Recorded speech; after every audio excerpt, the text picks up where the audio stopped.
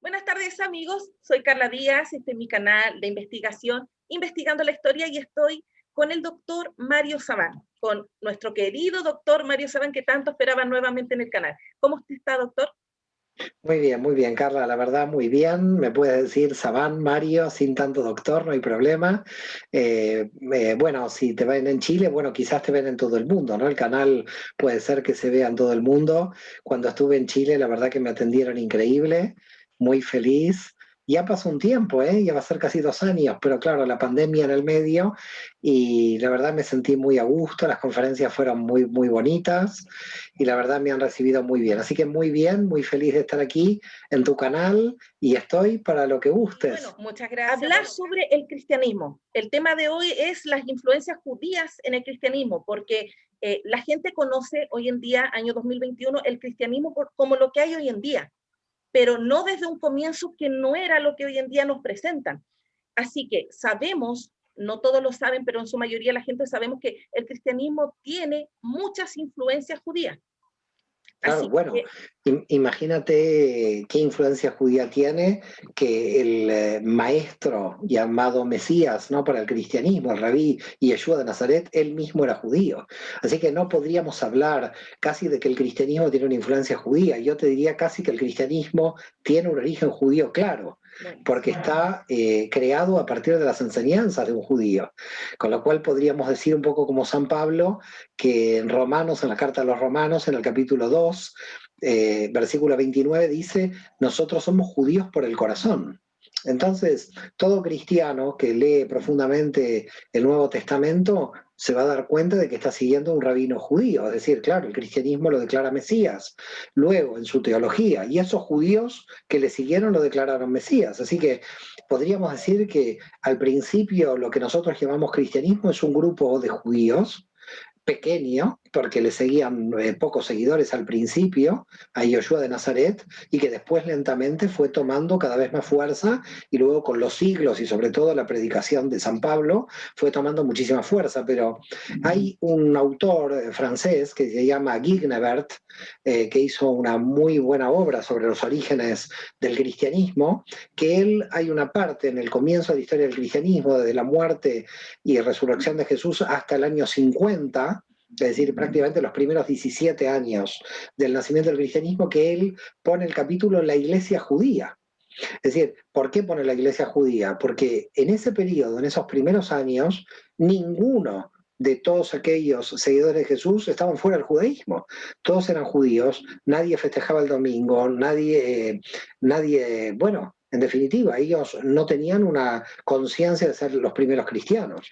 No sabían que estaban fundando una nueva religión, ellos creían que estaban siguiendo a un Mesías dentro del pueblo de Israel y ellos seguían con el Shabbat, seguían con las tradiciones judías. Lentamente esto con la historia va cambiando.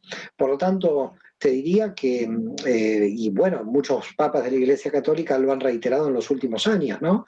De la gran unión que hay entre judíos y cristianos. Pertenecemos prácticamente, te diría, a la misma fe, porque venimos del mismo tronco común, venimos de la misma lectura de lo que el cristianismo conoce como el Antiguo Testamento. Leemos los mismos salmos, estudiamos los mismos proverbios, tenemos la misma historia, solamente que el punto de división, si se quiere, fue que un grupo de judíos declaró que Jesús es el Mesías y otro grupo de judíos no lo declaró a partir de ahí, pero es el mismo Dios, la misma concepción de la divinidad. Por supuesto, luego las teologías en algunos puntos fueron cambiando, pero podríamos decir que la raíz del pueblo de Israel da lugar a lo que hoy es el judaísmo y también a lo que es el cristianismo. Son dos ramas, son dos hermanos del mismo padre. ajá, entonces, este pequeño grupo de judíos que comienza este cristianismo, ¿en qué año después de la era común podemos situarlo? Bueno, todas las investigaciones lo sitúan en el 30 de nuestra era, es decir, Jesús, para todos los investigadores, nació entre el 6 y 7 antes de Cristo. Hay mucha gente que cree que Jesús nació en el 0, eso es una confusión, porque fíjate que el nacimiento de Jesús coincide con lo que se llama el censo de Augusto, y el censo de Augusto es del 6 antes de Cristo, porque Herodes reinaba todavía en Judea, y Herodes muere en el 4 antes de Cristo. Quiere decir que más o menos Jesús pudo haber vivido entre el 6 antes de Cristo al 30 aproximadamente, y casi todos los investigadores están de acuerdo de que el año 30 es el año de la muerte, entre el 7 y el 8 de abril del año 30. Probablemente Jesús no tenía 33 años cuando falleció, seguramente cuando fue crucificado tendría 36, entre 35 y 36 años. A partir de ahí, a partir del año 30, se va organizando este pequeño grupo de judíos que le siguen a Jesús como el Mesías en Jerusalén, a partir de la figura de Jacobo ben Zebedeo. Jacobo ben Zebedeo en la historia del cristianismo se lo conoce como Santiago el Mayor, y Santiago el Mayor también era judío, era Jacobo ben Zebedeo, en hebreo se diría Jacob ben Zabdías, y él muere en el 42, lo matan, y luego del 42 aparece Jacobo ben Alfeo, que Jacobo ben Alfeo en la historia del cristianismo se lo conoce como Santiago el Menor, y Jacobo ben Alfeo también era judío. Por lo tanto, fíjate que estamos hablando de una comunidad en Jerusalén de todos judíos que creen en Jesús, prácticamente muchísimos años después de la muerte y resurrección de Jesús. Fíjate que en el año 62, cuando Jacobo ben Alfeo o Santiago el Menor muere, que también le matan, se tiene que ir esta comunidad hacia Transjordania, hacia lo que es la región de la provincia de Nabatea, en el año 62, al mando todo este grupo del primo de Jesús, que era Simón, o San Simeón, en la historia del cristianismo, que también era judío.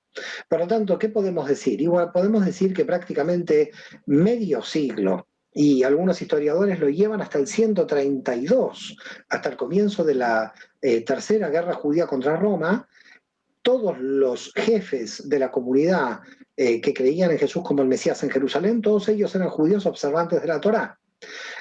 Lo que se dio como religión expansiva del cristianismo, que se fue modificando, fue a través de la entrada de los gentiles en las sinagogas de la diáspora, sobre todo por los apóstoles que predicaron fuera y sobre todo por San Pablo, ¿no? Pero el centro de Jerusalén durante un siglo, desde la desaparición de Jesús en el 30 hasta la Tercera Guerra Judía, de que comienza en el 132, podríamos hablar de un siglo de iglesia judía. Claro.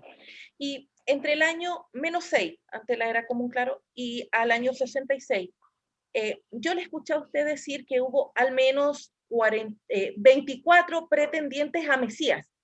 ¿Cuál es la razón por la que quede uno para el día de hoy? O sea, todo el cristianismo cree que solamente Jesús era el Mesías. Bueno, en realidad no queda uno. El cristiano cree que hay uno.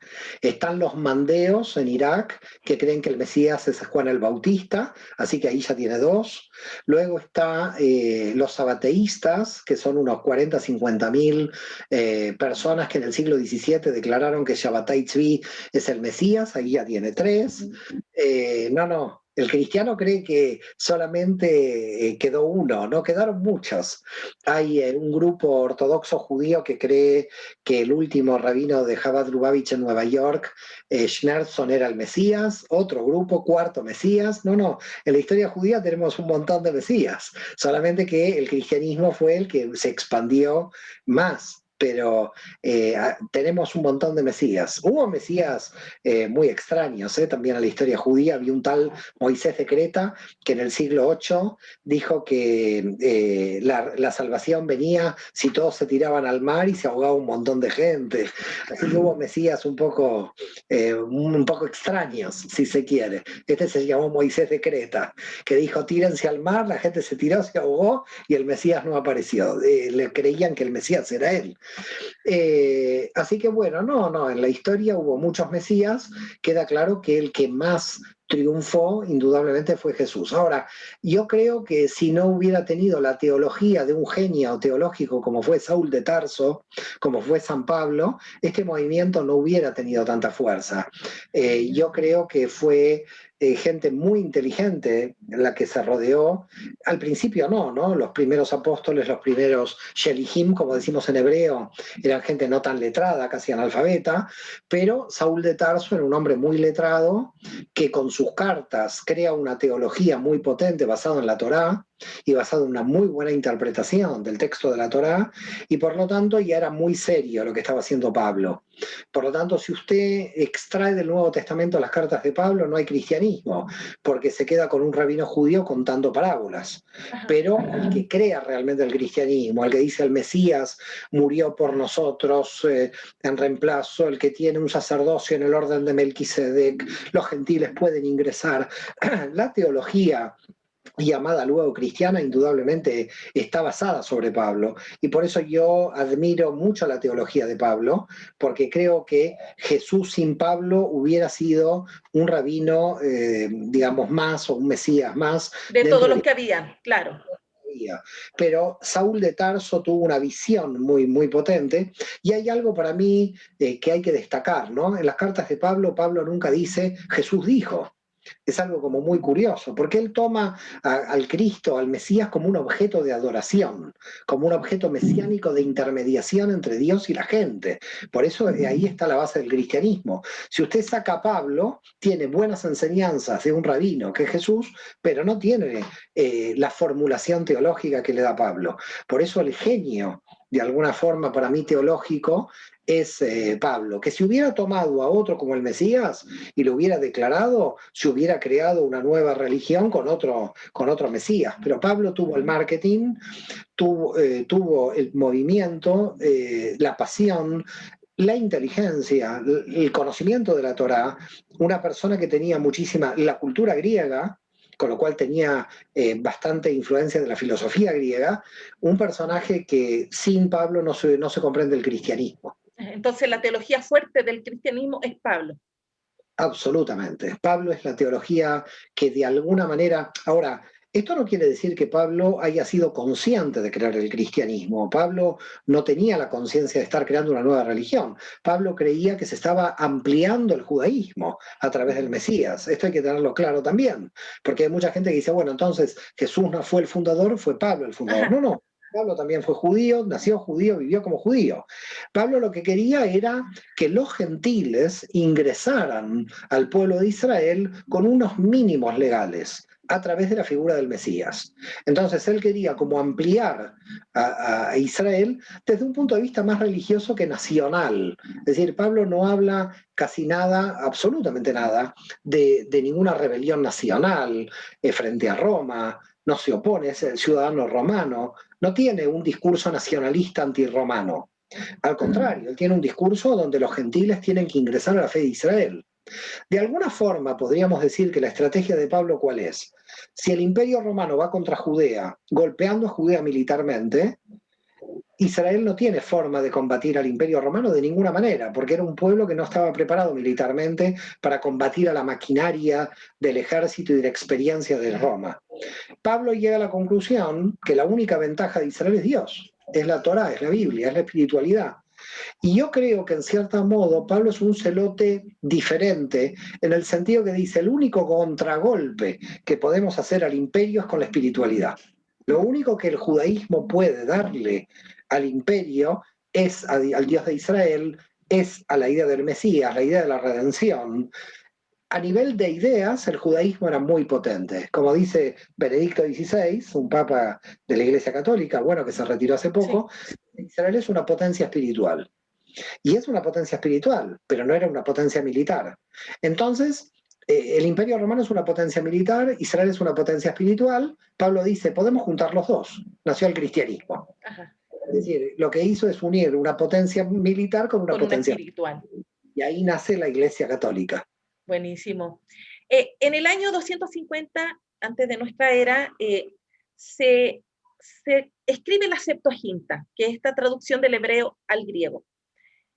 Esa Septuaginta provocó interrupciones en el entendimiento de muchos pasajes de la Biblia, por ejemplo, Isaías 7:14. Sí, sí, totalmente. No solamente Isaías 7:14, hay un montón de problemas en la traducción del griego. Tanto es así que los rabinos tomaron la decisión de que todos los textos que se escribieran en griego no iban a entrar al canon del Antiguo Testamento judío. Es decir, por ejemplo, el libro de Judith, los libros de Macabeos, el libro del Eclesiástico, no el Eclesiastés, que hay que dividir, el libro de la sabiduría, que es de Ben Sirach. Todos estos libros son lo que se llaman apócrifos del Antiguo Testamento, porque el judaísmo no los admitió porque estaban escritos en griego.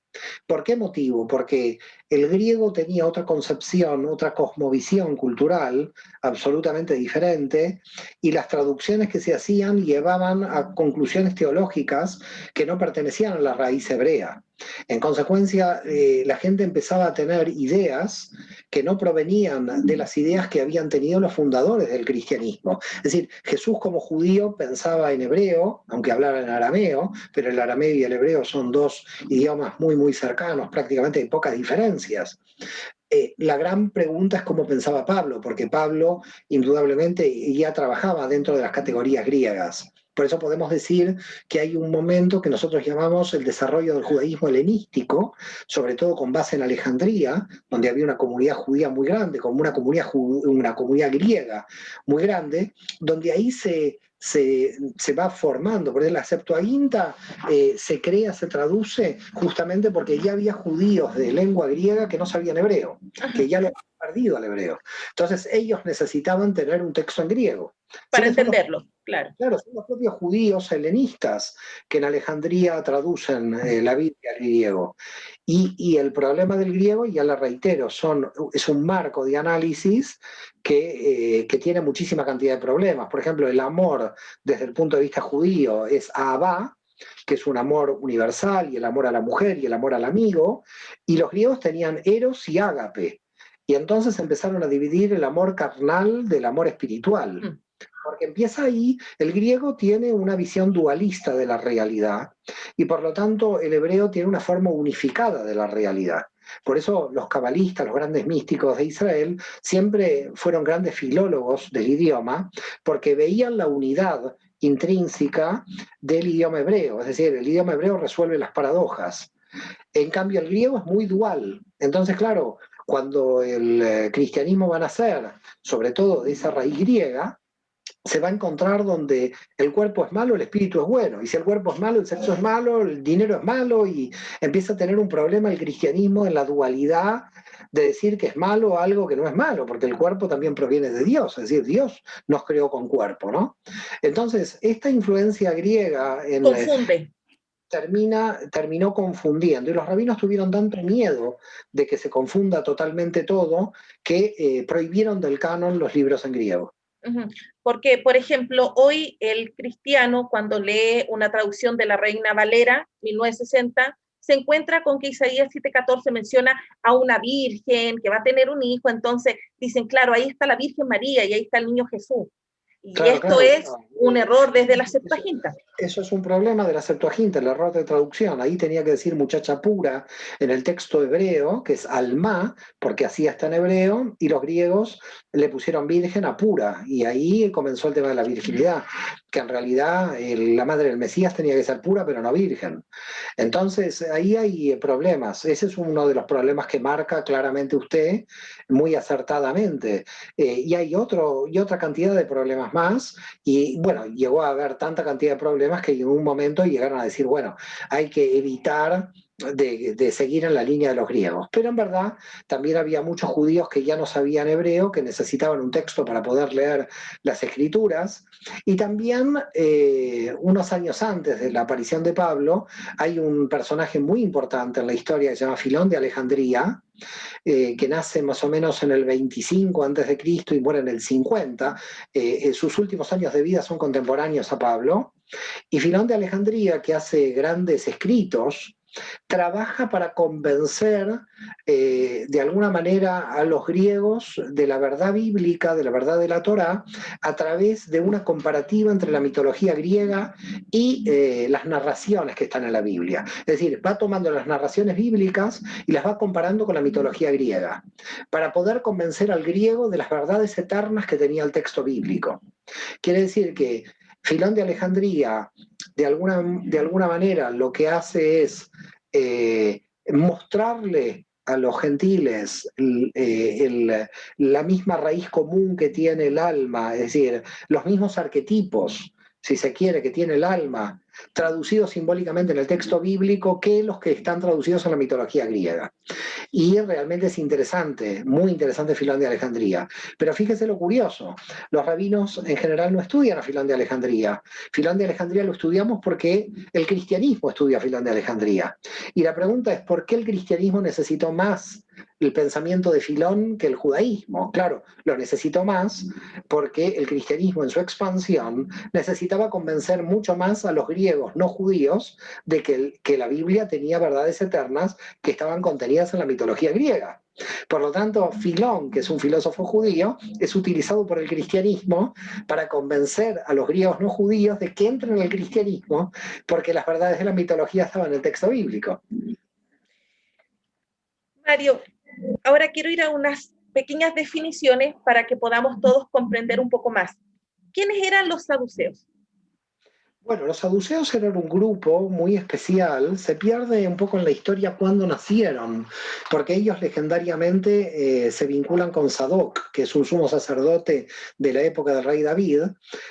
Aparentemente los saduceos nacen como un grupo sacerdotal que toma el poder en el momento de la revolución macabea, y parece ser, según algunos investigadores, que muchos de los sacerdotes que son expulsados del templo terminan siendo los esenios, que es otro grupo en el Mar Muerto.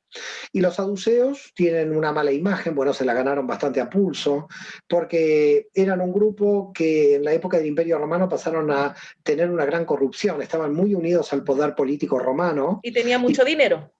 Tenían, por supuesto, mucho dinero porque ellos, siendo los sacerdotes del templo, cobraban el diezmo de todos los judíos que llegaban de todo el imperio. Es decir, había una cantidad de oro muy grande en el templo de Jerusalén que cuando Roma vio que se acumuló tanto oro en el año 65, entró ahí y sacó todo el oro y dijo, este oro es del emperador.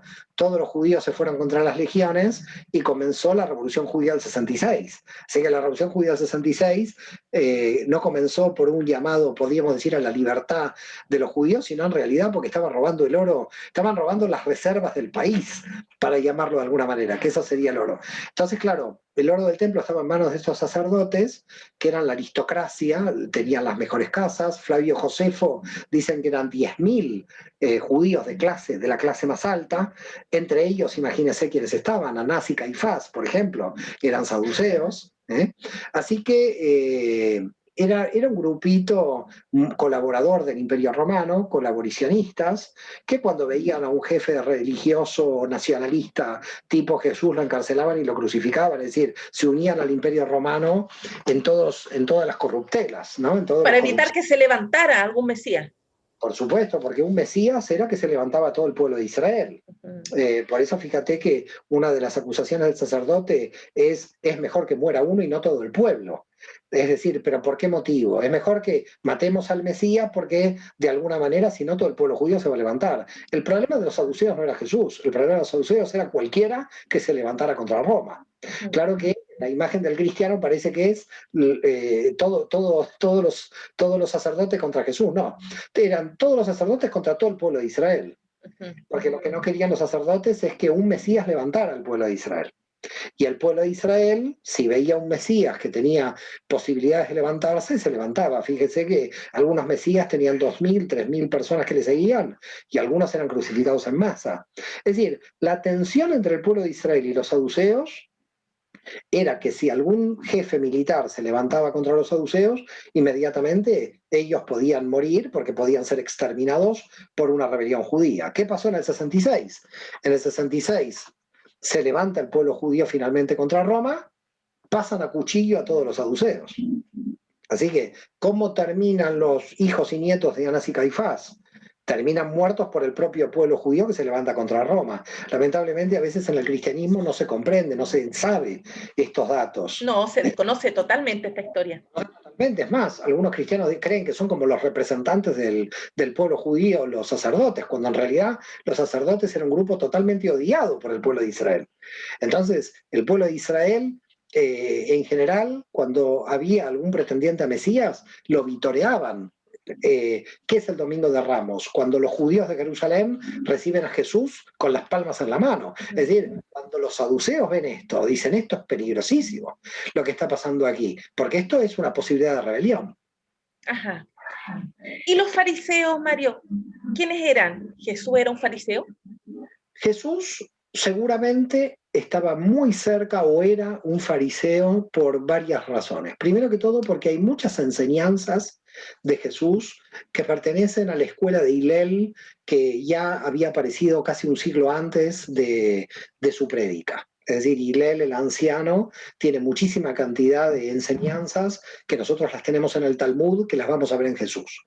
Luego, los fariseos siempre designaban a un maestro de la ley que pudiera interpretar el texto de la Torá, y cómo lo llamaban a Jesús, rabí, maestro. Solamente en el movimiento fariseo le daban esta categoría. Quiere decir que indudablemente cuando los seguidores de Jesús lo llamaban maestro, lo llamaban rabí, era que era un rabino más de todos los maestros que estaban en el movimiento fariseo. Con la gran mayoría con los que debate Jesús son con otros rabinos, por eso aparecen los fariseos. También en el Nuevo Testamento.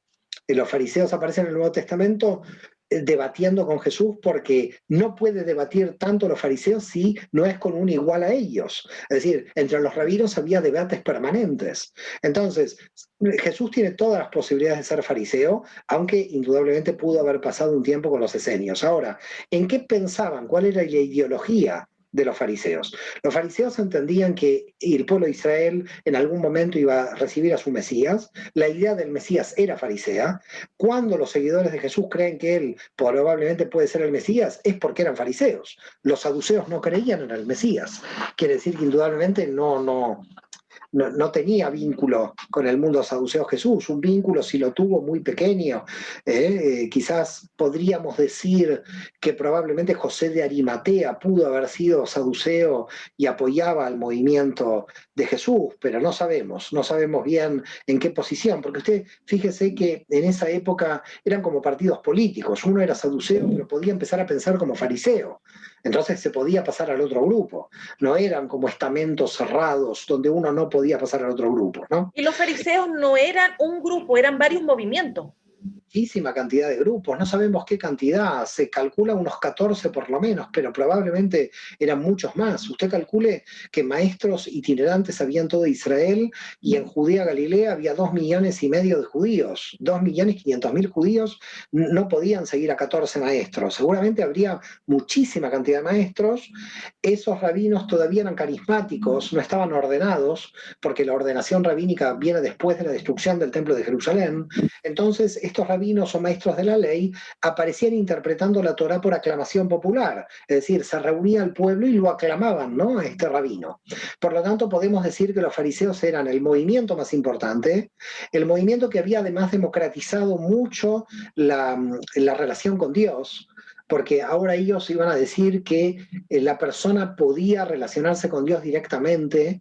Por supuesto, admitían los sacrificios del templo de Jerusalén, pero cuando cayó el templo, podemos decir que los fariseos salvaron al judaísmo de su desaparición, porque los fariseos empezaron a tomar una conexión con Dios a través del estudio de la ley y de su interpretación, cosa que los saduceos no hacían, solamente era el mecanismo ritual de los sacrificios en el templo.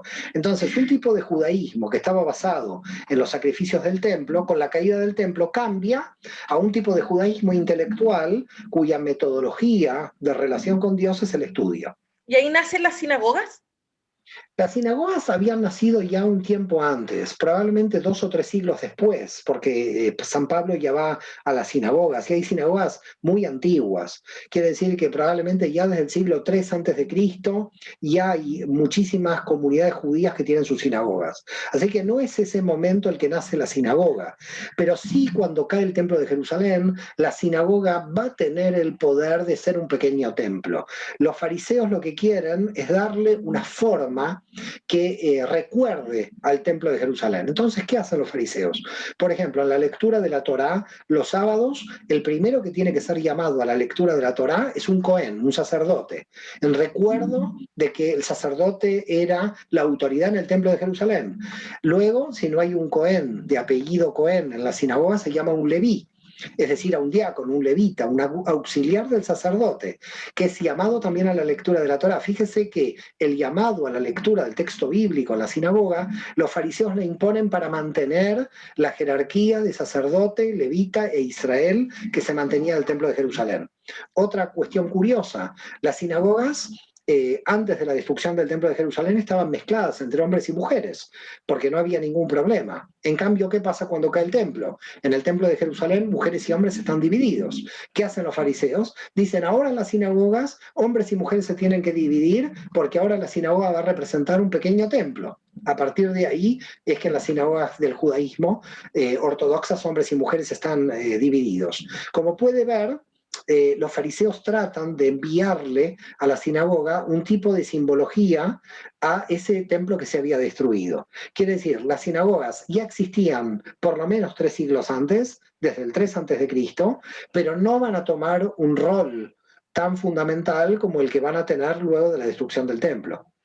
Y hoy en día la percepción que se tiene de fariseo en el cristianismo es negativa, incluso ocupan como un epíteto para insultar a alguien llamándole fariseo, que fariseo es el legalista, el malvado. En el primer siglo el fariseo no era malo. No, en el primer siglo, a ver, me imagino que había gente buena y mala, es decir, no puedo generalizar, ¿no? Eran Claro. seres humanos como todos. Lo que pasa es que hay una crítica de Jesús que dice escribas y fariseos hipócritas, Ajá. que es algo generalizado.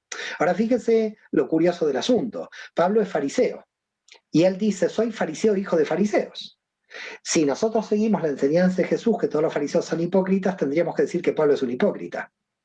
Y por lo tanto se caerían todas las cartas de Pablo. Es una contradicción. Okay. Los fariseos no eran todos hipócritas, ni todos legalistas. Seguramente habría algunos que sí, como cualquier grupo religioso. Además hay otra cosa curiosa en el capítulo 15 de Hechos de los Apóstoles, donde dice claramente, y un grupo de fariseos que había creído en Jesús. Es decir, que muchos fariseos estaban ya en el movimiento de Jesús, como lo prueba el capítulo 15 de Hechos de los Apóstoles. Por lo tanto, lamentablemente, aunque fariseo quedó como hipócrita o legalista, no todos los fariseos eran hipócritas o legalistas. Había fariseos que tenían otras tendencias, más liberales, muchos más misericordiosos, como el caso de Hillel, como el caso de Pablo. Es decir, había fariseos buenos y malos como en todos los grupos. Lo que pasa es que lamentablemente podríamos decir, esa acusación que hace Jesús como generalizando, digamos, a todos los fariseos, ¿no? Es como tú que eres chileno me dices, sí, porque todos los chilenos son así. Entonces, pero te estás acusando a ti misma, ¿no? ¿Cómo puede ser? Tú eres chilena, no. No se puede generalizar. Siempre decimos en la Kabbalah, la mística, que generalizar es satánico. Es decir, no se puede generalizar ni todos los judíos, ni todos los chilenos, ni todos los fariseos, pero lamentablemente en nuestro lenguaje tan limitado, habitualmente generalizamos. Exacto. Los esenios, querido Mario, ¿quiénes eran? Bueno, los esenios son un caso curioso, han tenido mucho ruido, eran gente muy fanática, han tenido mucho ruido por el descubrimiento de los rollos del Mar Muerto en Qumran, en el desierto de Judea. Se calcula que no llegaban a ser 1000 personas entre las 22 comunidades. Y si lo comparamos con los 2,5 millones de judíos que seguían el movimiento fariseo, te podría decir que era un grupúsculo, eran grupúsculos de pocas personas. Ellos entendían de que la conexión con Dios se tenía que hacer en el desierto, porque ellos querían volver a cierta relación anterior a la existencia existencia del templo de Jerusalén. Es decir, así como Dios se apareció en el monte Sinaí, se reveló en el monte Sinaí, se reveló en el desierto, ellos querían volver al desierto. Volver a los inicios. Volver como al inicio, querían ser la verdadera ortodoxia, conectarse con la primera conexión con la divinidad. Pero fíjate que en hebreo hay una palabra muy curiosa, muy bonita además, que es la palabra, ¿cómo se dice desierto en hebreo? Desierto en hebreo se dice midbar. Si tú tomas la palabra y le sacas una sola letra, que es la mem, queda dabar, que quiere decir la palabra. Es decir, en el desierto es donde se escucha la palabra de Dios. Es decir, esa es la relación que hace el pueblo de Israel. Porque al final Dios se aparece a Moisés en el desierto y además toda la teofanía, ¿no? Sinaítica, toda esa revelación es en el desierto, a la vista, dice el texto de la Torá, de 600.000 personas. Es decir, habrá sido un espectáculo eso, ¿no? Entonces, ¿ellos qué querían? Ellos querían volver al origen, querían volver, y sobre todo lo que querían hacer es salir de la corrupción del templo, porque al final estaban los saduceos con todo lo que hemos hablado de ellos, que era gente tan corrupta. Entonces ellos dijeron, bueno, nosotros lo que vamos a hacer es apartarnos de toda esta corrupción política y tampoco vamos a hacer lo que hacen los fariseos, que es tratar de enseñarles al pueblo a interpretar la ley. Vamos a interpretar la ley de manera apocalíptica, pero vamos a rezar a que Dios nos venga a salvar. Es decir, la idea de ellos era más bien, podemos decir, eran unos místicos que se habían apartado, digamos, de las coordenadas de la política de Judea, personas que tenían su propia literatura. Ellos eran bastante dualistas entre el bien y el mal. Ellos comienzan de alguna forma con muchos elementos de demonología, con todo lo que son las fuerzas del bien y del mal.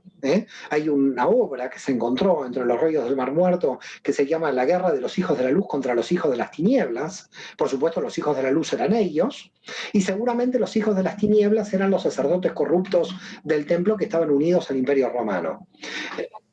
Los saduceos. Entonces ellos de alguna manera eran como, estaban buscando la pureza del alma humana, la pureza del ser humano, y para esto tenían unos rituales permanentes, algunos casi diarios, de ablución, de entrar en el agua, y por eso probablemente Juan el Bautista pudo haber estado en estos grupos. Por eso se lo llama el Bautista, porque ellos se bautizaban en forma permanente para la remisión de sus pecados, es decir, para limpiarse de las transgresiones, realizaban abluciones prácticamente en forma periódica. Por eso se dice que probablemente Juan el Bautista, que estaba en el desierto, pudo haber tenido seguramente contacto con estos grupos.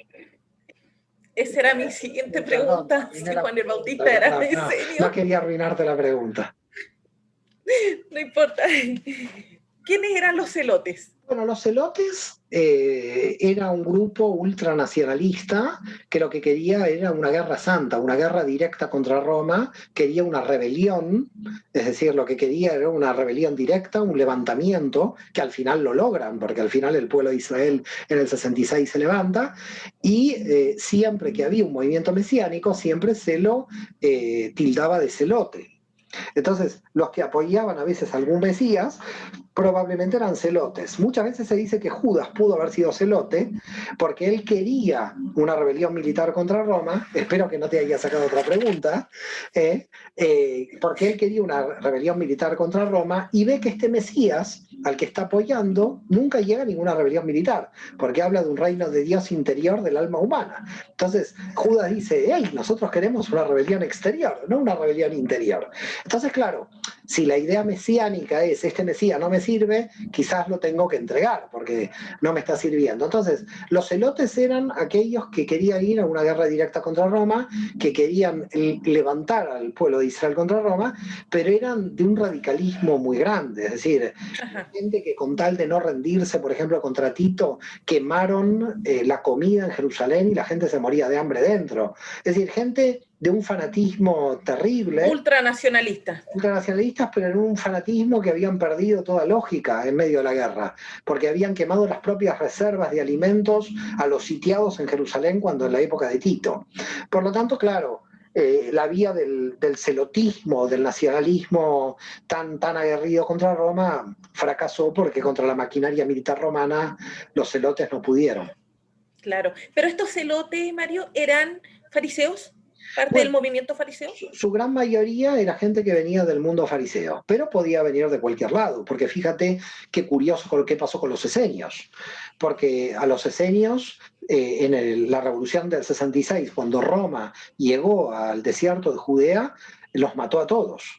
Y no sabemos si los mató de modo pacífico o ellos se resistieron porque se unieron a la guerra contra Roma. Probablemente algunos historiadores dicen que los esenios también se hayan unido a la rebelión, así que terminaron perteneciendo al mundo celote. Y quizás algún hijo o alguien del mundo saduceo que se uniera a la rebelión también podía eventualmente pertenecer al mundo celote. Pero básicamente el celotismo viene del movimiento fariseo. Buenísimo. Ahora, para terminar y dejarlo ir con su familia a cenar, quería Gracias. preguntarle sobre estos pasajes de la Biblia hebrea donde se puede ver influencias en los atributos de Yahvé en cuanto al dios el dios Baal, mucho perteneciente a este panteón cananeo. ¿A qué se debe? Bueno, indudablemente en los primeros estratos del texto de la Torá había un gran politeísmo, es decir, indudablemente todo eso después el monoteísmo lo va a ordenar de alguna forma y en la Kabbalah todos estos aspectos de una misma deidad se van convirtiendo en aspectos de esa misma deidad, pero indudablemente imagínate qué influencia politeísta hay que cuando Raquel y Lea salen de la casa de su padre, Labán, ella lleva lo que se llama los idolitos, se llevaba pequeños ídolos. Entonces, claro, ¿cómo, perdón? ¿Terafines? Los terafines, claro, es el término terafín. La traducción en castellano son idolitos o idolotitos, algo así. Bueno, son pequeños ídolos en miniatura, pero se los llevaba Raquel con ella misma, es decir, que ella era politeísta. Lo que está diciendo el texto de la Torá es que una de las grandes matriarcas del pueblo de Israel era ella politeísta. Entonces, claro, ¿cómo no va a haber influencia politeísta si el propio texto de la Torá explícitamente lo pone ahí? Buenísimo. Y bueno, ahora antes de despedirme quería darle los saludos que nuestros amigos del canal de WhatsApp Investigando la Historia le han enviado, todos con mucho cariño y agradecimiento que usted pueda participar de esta entrevista. Bueno, muchísimas gracias a los saludos. La verdad que un saludo muy grande. No sé si tienes ahí los saludos. Bueno, en el grupo ahí están anotados, pero son varios amigos. Laura le envió, Joshua Méndez, mi amigo Javier Salazar, o sea, son muchas personas enviándole saludos a usted. Bueno, muchísimas gracias a todos los amigos de Chile que me están enviando los saludos. Son de todas partes del mundo. Es que este es un canal de WhatsApp, sí, que abarca Latinoamérica y otros continentes. Muy bien, muy bien. Entonces, a todos los amigos de todo el mundo, muchísimas gracias por escucharnos. Vengan al canal de Carla, ya también hacemos un poco de marketing del canal de WhatsApp. Gracias. Y la verdad, Carla, un placer muy grande, gracias. Se me ha ido el tiempo volando contigo, así que es muy, muy interesante la entrevista. La verdad, les deseo lo mejor y que siempre podamos seguir creciendo, estudiando, meditando y siempre seguir adelante, ¿no? Tratando de intentar descubrir lo que es realmente la historia humana, tratando de tener fe, tratando de seguir adelante y bueno, siempre tratando de crecer lo que uno pueda. Muchas gracias, que esté muy bien. Un placer, Carla, cuídate mucho, gracias. Igual usted.